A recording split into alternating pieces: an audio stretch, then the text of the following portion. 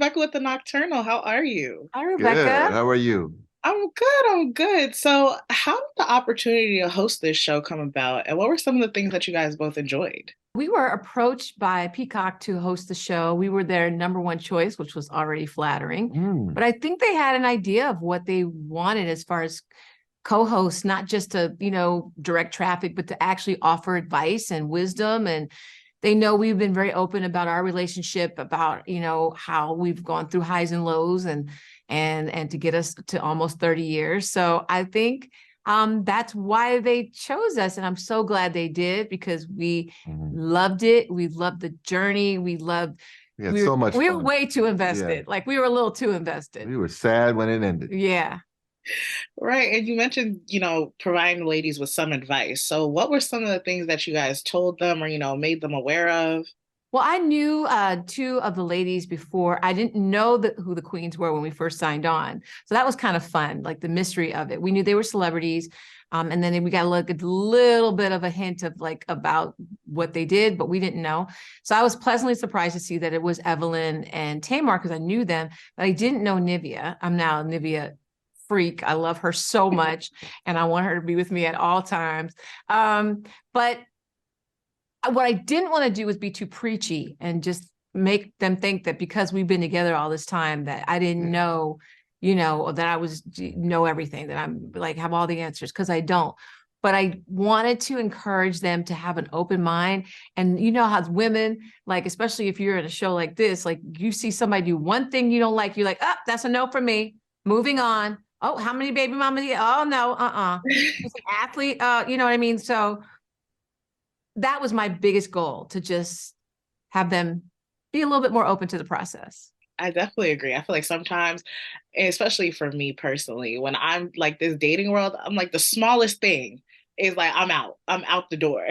Mhm. Right, right. And you got to give it a chance. And that's hard sometimes to open yourself up to that and be vulnerable to that. But once we realized these queens were all the way in, because I think that was what Rodney asked them Mhm. first off, was like, are you really here for this? And they were like, yes, we're ready. So that was really cool. I feel like when it comes to the idea of finding love, we all need a little help sometimes. And whether that be through a dating app, dating show, mutual friends, or whatever, some people are very hesitant. So what advice would you give to those who are hesitant to, go down that route? First of all, I think you have to be comfortable, whatever route you're going to go down. If this is not the world for you and you're uncomfortable being on a show like this or being on TV, then maybe it's not for you. But I think the first thing, as Holly mentioned, that we asked the queens were, are you really ready for love? And are you looking for love? I asked the same thing from the men that were all there. And we had a diverse group of guys that came through there. And they worked in all different types of backgrounds, but they were all looking for love. And the main thing was, if you are genuinely looking to find your love, then you got to go for it. And you got to be authentic about it. You got to look yourself in the mirror and say, I'm done playing games. I'm going to seek and find my true love. And what does that mean? That means being real and Mm. being honest and being upfront about who you are and what you want. And that's not easy all the time. No. And it's tough. Don't get me wrong, it's tough. The dating app world, the social media world, we didn't have to go through We that. didn't have to deal. We Yeah. just had in the 90s, we had 90s R&B Mm. and we sat up on the phone and talked all night. Now it's texting and social media and all. I don't know This that we app would be and sitting that app here and today. bumble and tumble and rumble and jungle. Everything now starts with a DM. That's what it all Hmm. starts with. Yes. So, there are a lot of dating shows out there. So, what do you feel sets this show apart from the others? Well, certainly because they're celebrities, they're women that we know, and they're women of a certain age, right? They're over Yeah. 40. Mm. So a lot of the dating shows we see, the women are younger and, don't have any kids and haven't really experienced life yet. And I think what's so great about this show is that the opportunity for them to try to find love at a point where they're really open for it and they have so much experience and they're ready to let go of a lot of things that have held them back. And then us, if I have to be honest and, pat ourselves in the back, having us on there as not just hosts and directing traffic, but also really lending our advice and being there for the ladies and for the kings, just to be able to connect with them and share our story and our journey, because it hasn't always been, roses and champagne for us. I think that's different too. So that was something they were both the queens and the kings were very open to, but we were so invested, Absolutely, like maybe a little too invested. much. Like we were It was in our wheelhouse, put it that way. And I think when you look at some of the other shows in comparison, I look at, and we are fans, because during pandemic we were watching all of them. We saw them all. But if you're a 22-year-old guy or a 22-year-old girl, are you really looking for love at that time? Or are you looking for fame? Are you looking for fame? So what are you really looking for? I can just only think about my time at 22 years old. I just thank God I didn't meet her when I was 22 or 23, because I don't think we'd be together. So it took time for me to really figure out what I really wanted.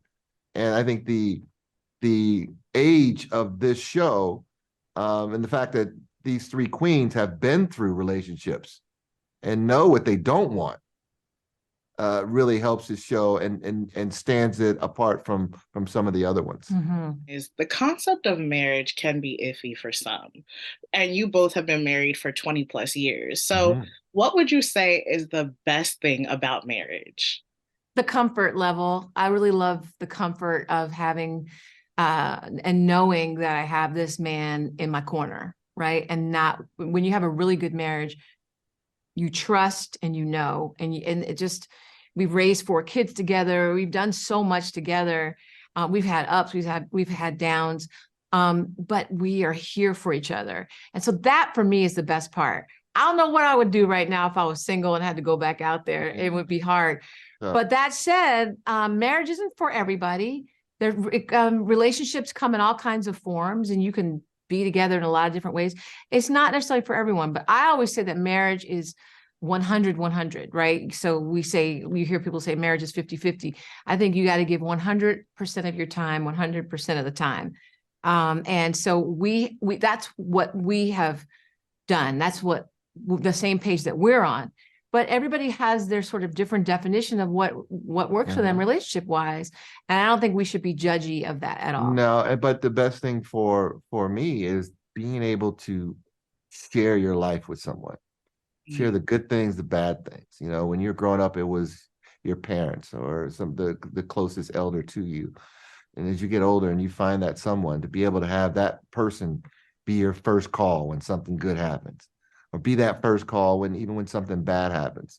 That to me is what life is all about. And you build that with someone special, and you can share your life and experiences with. There's nothing like it.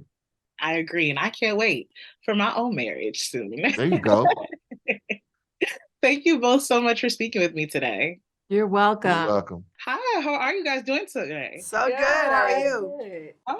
I'm good. I'm good. So how important do you feel that healing process is when opening yourself up to that idea of finding love again? It's a game changer. I feel like it's a game changer. Sometimes, we feel like we are healed enough to move on to the next relationship, but all we are doing is adding more trauma to the process. And it's just really important to make sure that you have come to terms with whatever happened in that previous relationship and had time to get to know yourself and learn, take some self-accountability for what happened. So in that next relationship, you're not bringing that baggage.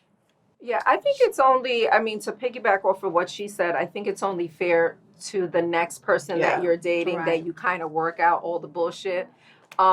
Because most people don't, right? Yeah. So, when I look at my previous relationships and the trauma they had, childhood trauma, their relationship with their mom, the things that I know that happened that they never they never dealt with, it affected our relationship. So I think that it's very important to do the therapy, do the whether it's meditating, whatever that is for you, to be able to heal from that and move on and not bring it into your next relationship is important. And let me say this.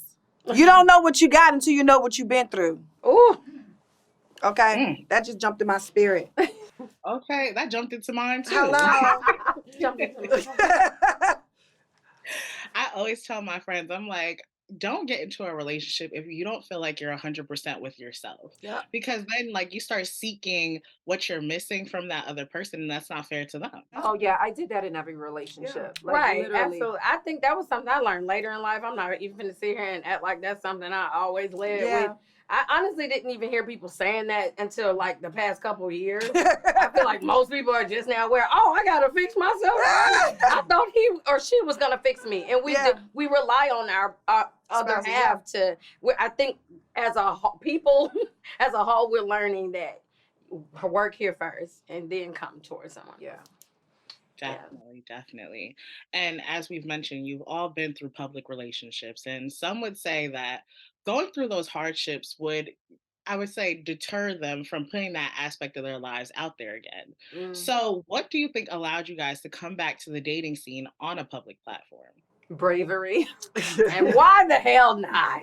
Yeah, just having courage and just wanting to open up ourselves up and why not? I feel like I've lived the last 10 years public. I said to myself, you know what, some shit like this may work for me Right. because my life hasn't really been normal the last decade or so, and where else am I going to meet 21 guys? I'm always on a baseball field, girl. So I'm like, I'm going to give it a go and kind of see what happens. Yeah, and for me, I was tired of meeting the same person over and over and over and over and over again. I wanted to see what else was out there, Sometimes you got to change your surroundings to, meet new people and be open to, new, adventurous, amazing things that can elevate your life. Right. I also thought it was cool too because allegedly or supposedly these men were supposed to be looking for the same thing we're looking for. So now it's not like you just meeting somebody. You're supposed to be meeting men who's supposed to want the same things that we want. Who's supposed to be looking for a real relationship. The woman of God said allegedly, and I'm saying alleged because we're going to let the show pan out. Because some people weren't here for love, unfortunately, like we were. And it is what it is. But you know what? I'm proud of us because we didn't fall for that bullshit. Hello. Right? Okay? Right. We did not. We knew. I almost did. Y'all got to stay tuned. We had Right. I definitely, it's a process. Unfortunately, it's all a process. Right. And so, as you've gone through your years of dating and relationships, what are some of your non-negotiables? You have to have a car, a house, because I didn't care before, clearly. Wait, what? Really? I know. Becky, what you mean, Linda? Yeah, you didn't have to have much but a penis and a brain that barely works. But that's some real shit, though. You know I'm what I'm being saying? honest, bro. I didn't care if you had a car. I didn't care if what I felt was enough to move forward and try some shit with you. I did. It didn't matter what you had. And honestly, that in a lot of ways, through several different relationships, because I really thought that shit didn't matter. And it did. It Sister, does. thank you for saying that, because you know what? It does. Sometimes people think that they That's can not make being up funny. Yeah. for what somebody else lacks. That's because they want a exactly. situation so bad. We want to be in this. We want a boyfriend so bad that you don't have to come to the table with nothing but your drawers. And that is a lie. Yeah, Thank you for saying that. That's real. And havoc, and then I was trying to create in my life because, I'm like, I just want love. I just want no. That comes from the unhealed portion. No, it does. Everybody come to the table whole. Okay, I'm whole. You whole. Right. Everybody's whole. Yes, honey. I learned a lot on this show for sure. For sure. Absolutely. Thank you all for speaking with me today. I had a pleasure. Thank you.